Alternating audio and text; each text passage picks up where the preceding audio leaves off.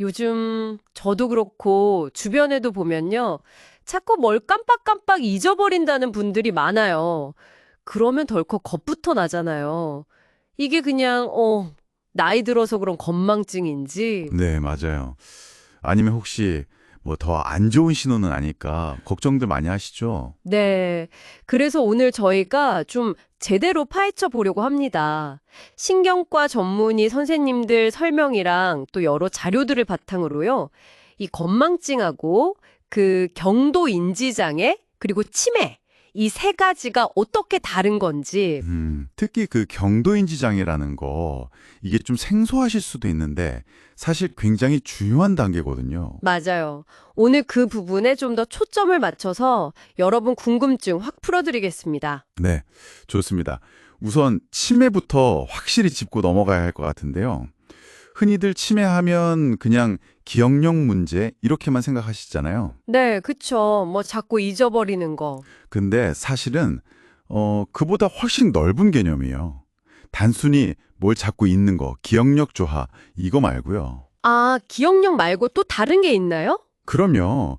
예를 들어서 말을 하거나 아니면 다른 사람 말을 이해하는 거 이런 언어 능력 있잖아요. 그것도 떨어질 수 있고요. 또 계획 세우고 뭔가 실행하는 능력. 계획이요? 네. 뭐 장을 보러 가도 뭘 사야 할지 미리 생각하고 순서대로 착착 진행하고 이런 거요.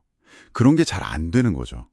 시공간 능력이라고 해서 길을 잘못 찾거나 시간이나 장소를 헷갈리는 거, 계산 능력 저하도 흐라고요. 와, 생각보다 정말 다양하네요. 그렇죠. 심지어는 성격이 예전이랑 확 달라지거나 감정 조절이 잘 안 되는 모습, 이런 것도 치매의 증상일 수 있어요. 그럼 이게 그냥 기억 좀 깜빡하는 거랑은 정말 차원이 다른 문제군요.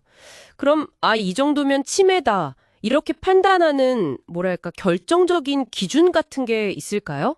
가장 중요한 기준은요, 바로 그거예요. 일상생활. 그러니까 이런 여러 인지 기능이 떨어져서 예전에는 혼자서 너끈히 잘하던 일들 있잖아요. 예를 들면 어떤? 뭐 혼자 장 보러 가기, 아니면 매일 먹는 약 챙겨 먹기, 은행 가서 볼일 보기, 이런 기본적인 활동들이요. 이런 걸 혼자 하기 힘들어지는 거예요. 아, 혼자 하기 힘들어진다. 네. 그리고 뭐 친구들 만나거나 직장 생활 같은 사회생활에서도 자꾸 문제가 생겨서 결국 다른 사람의 도움이 꼭 필요하게 되는 상태. 그게 치매의 핵심 특징입니다. 그래서 뭐 MRI 사진 하나만 딱 보고 치매입니다. 이렇게 진단하는 게 아니에요. 그렇군요. 다른 사람 도움이 필요한지 여부가 중요하군요. 그리고 아까 말씀 중에 치매 상태에서 한 계약이나 유언은 법적으로 효력이 없을 수도 있다고요? 네, 맞습니다. 그만큼 이게 개인의 판단 능력이나 의사결정 능력에 심각한 영향을 미치는 상태이기 때문에 법적으로도 그런 판단을 내릴 수가 있는 거죠. 와, 정말 심각한 문제네요. 자, 그럼 이제 오늘 저희가 좀 더 집중해 보기로 한 경도인지장애, 영어로는 MCI라고도 하던데요. 이건 치매랑은 확실히 다른 거죠? 네, 명확히 다릅니다. 경도인지장애는요, 일단 객관적으로 봤을 때 같은 나이 그리고 비슷한 교육 수준을 가진 다른 분들하고 비교해서 인지 기능이 떨어진 건 맞아요. 기억력이든 다른 영역이든요. 네, 기능은 떨어졌다. 그런데 여기서 치매와의 결정적인 차이가 나오는 거죠. 뭐냐면 아직은 다른 사람 도움 없이 혼자서 기본적인 일상생활을 큰 문제 없이 해낼 수 있는 상태. 이게 바로 경도인지장애입니다. 일상생활은 아직 혼자 가능하다는 점, 이게 핵심이군요. 그럼 그냥 우리가 흔히 말하는 건망증 있잖아요. 아이고, 나 요즘 왜 이렇게 깜빡깜빡하지 하는 거랑은 또 다른 건가요? 네, 달라요. 그냥 건망증 수준보다는 훨씬 심각하게 봐야 합니다. 어떻게 다른데요? 보통 단순 건망증은요, 뭘 잊어버렸다가도 옆에서 누가 힌트를 주거나 하면 맞다 하고 탁 떠올리는 경우가 많거든요. 네, 그쵸. 그거 하면서 기억나죠. 근데 경도 인지장애 단계에서는 힌트를 줘도 잘 기억을 못 해내거나 아니면 아주 힘겹게 떠올리는 경우가 많아요. 특히 최근에 있었던 일, 어제 뭐 먹었는지, 며칠 전에 누구 만났는지 이런 기억들이 더 뚜렷하게 떨어지는 경향이 있고요. 힌트를 줘도 잘 모른다. 네, 그리고 본인 스스로나 아니면 가족들이 느끼기에 예전 같지 않으신데 하는 그런 주관적인 불편감. 이거랑 더불어서요. 병원에서 하는 인지기능 검사 있잖아요. 신경심리 검사 같은 거. 네네. 그런 객관적인 검사에서도 실제로 기능이 떨어졌네요 하고 확인이 되는 상태. 그게 경도인지장애입니다. 아, 객관적인 검사에서도 확인될 정도의 저하. 하지만 아직 일상생활은 혼자서 가능하다. 이게 딱 그 경계선상이군요. 근데 이 경도인지장애가 흔히 치매 전 단계라고 불리잖아요. 네, 많이들 그렇게 알고 계시죠. 그럼 이거 진단받으면 무조건 치매로 가는 건가요? 이게 제일 걱정되실 것 같아요. 그 질문 정말 많이 하시는데요. 실제로 경도인지장애 진단을 받으시면 치매로 진행될 위험이 정상인 분들보다는 상당히 높은 건 사실이에요. 연구마다 조금씩 차이는 있지만 보통 매년 경도인지장애 진단 받으신 분들 중에 한 10%에서 15% 정도가 치매로 진행된다고 보고 있거든요. 10에서 15%요? 네. 이게 정상도인의 경우 1년에 치매 발병률이 한 1% 정도 되는 걸 생각하면 10배 이상 높은 수치죠. 와, 상당히 높네요. 그럼 진짜 걱정되겠는데요? 그렇죠. 그러니까 위험 신호인 건 분명해요. 하지만 여기서 정말 중요한 포인트가 있습니다. 모든 경도인지장애 환자가 다 치매로 가는 건 절대 아니라는 거예요. 정말요? 다행이네요. 그럼 어떻게 되나요? 치매로 안 가면? 여러 가지 경우가 있어요. 어떤 분들은 그냥 그 경도인지장애 상태를 쭉 유지하기도 하고요.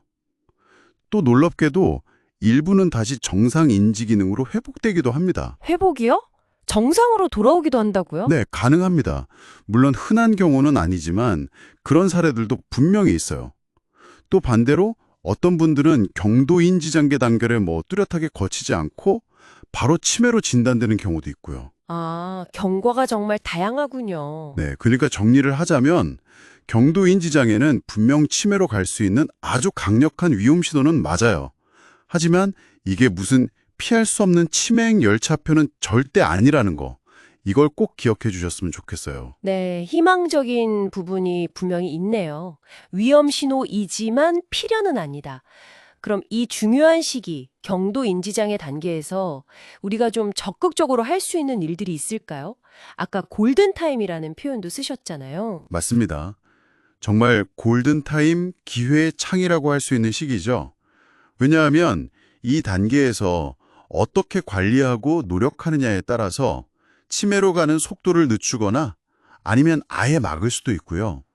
현재 남아있는 인지 기능을 잘 유지하거나 심지어는 일부 개선될 가능성까지 기대해 볼 수 있거든요. 와, 정말 중요한 시기네요.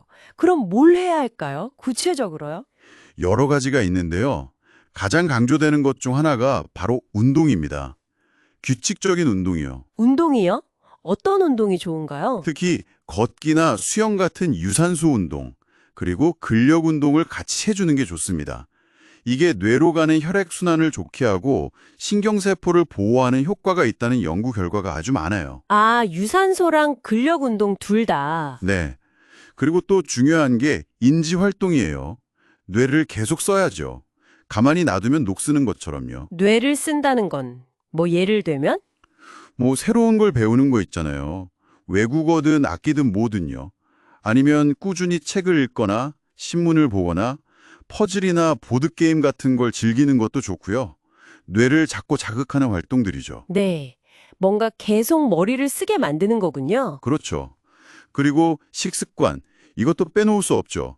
특히 채소, 과일, 생선, 견과류 이런 거 위주로 먹는 소위 말하는 지중해식 식단이 뇌 건강에 좋다고 알려져 있고요. 아, 지중해식 식단? 네. 또 하나 정말 중요한 거 고혈압, 당뇨, 고지혈증 같은 만성질환 있잖아요. 이런 위험 요인들을 아주 철저하게 관리해야 합니다. 이게 뇌혈관 건강이랑 직결되거든요. 네, 만성질환 관리 필수겠네요. 그렇죠. 그리고 필요하다면 전문의 선생님과 상의해서 인지기능 개선에 도움이 되는 약물 치료를 고려해 볼 수도 있고요. 그리고 가까운 보건소나 치매 안심센터에 가보시면요. 이런 경도인지장애나 치매 관련해서 검사도 받을 수 있고 또 인지강화 프로그램 같은 것도 운영하거든요. 그런 자원을 활용하시는 것도 아주 좋은 방법입니다. 와, 정말 할 수 있는 게 많네요. 운동, 인지활동, 식단, 만성질환 관리, 그리고 필요하면 약물 치료나 지역사회 프로그램까지 이 골든타임에 적극적으로 노력하면 충분히 변화를 만들 수 있겠어요. 맞습니다. 포기하지 않고 꾸준히 관리하는 게 정말 중요합니다. 네. 그럼 오늘 이야기 좀 정리해 볼게요. 단순 건망증은 그냥 잠시 있는 거지만 힌트를 주면 다시 떠올릴 수 있다. 근데 경도인지 장애는 객관적인 검사에서도 인지기능 저하가 확인되지만 아직은 혼자서 일상생활은 가능한 상태다. 그리고 치매는 인지기능 저하 때문에 결국 다른 사람의 도움이 필요한 상태가 되는 거고요. 네, 정확하게 정리해 주셨네요. 그리고 가장 중요한 점은 경도인지 장애가 치매로 갈 위험은 높지만 꼭 그렇게 되는 건 아니고 오히려 적극적인 노력을 통해서 개선의 여지가 있는 아주 결정적인 시기다. 이 말씀이셨죠? 그렇습니다. 바로 그 점을 꼭 기억해 주시면 좋겠습니다. 네. 그럼 마지막으로 저희 청취자분들께 혹시 더 깊이 생각해 볼 만한 질문이나 뭐 그런 게 있을까요? 네, 한 가지 던져보고 싶은 질문이 있습니다. 우리가 보통 나이 드니까 기억력이 떨어지나 하고 기억력 문제에만 너무 집중하는 경향이 있거든요. 네, 그렇죠. 아무래도 그게 제일 먼저 느껴지니까요. 맞아요. 근데 혹시 기억력 말고 다른 변화는 없을까요? 예를 들면 매일 쓰던 리모컨이나 뭐 전자레인지 같은 거 있잖아요. 그런 익숙한 도구 사용이 갑자기 좀 서툴러진다거나 네. 그럴 수 있겠네요. 혹은 또 요리할 때 순서를 자꾸 헷갈린다거나 아니면 하루 일과를 계획하고 그대로 실천하는 게 예전보다 좀 어렵게 느껴진다거나 이런 변화들이요. 기억력 외에 다른 인지 기능의 변화. 네, 어쩌면 그런 기억력 외에 다른 인지 기능에서 나타나는 아주 미묘한 변화들, 그런 것들이 사실은 가장 먼저 나타나는 신호일 수도 있거든요. 근데 우리가 그걸 기억력 문제가 아니라고 그냥 무심코 지나치고 있는 건 아닐까. 어쩌면 놓치기 쉬운 바로 그런 변화 속에 치매를 더 일찍 알아차릴 수 있는 중요한 단서가 숨었을지도 모른다는 거죠. 한 번쯤 곰곰이 생각해 보시면 좋겠습니다.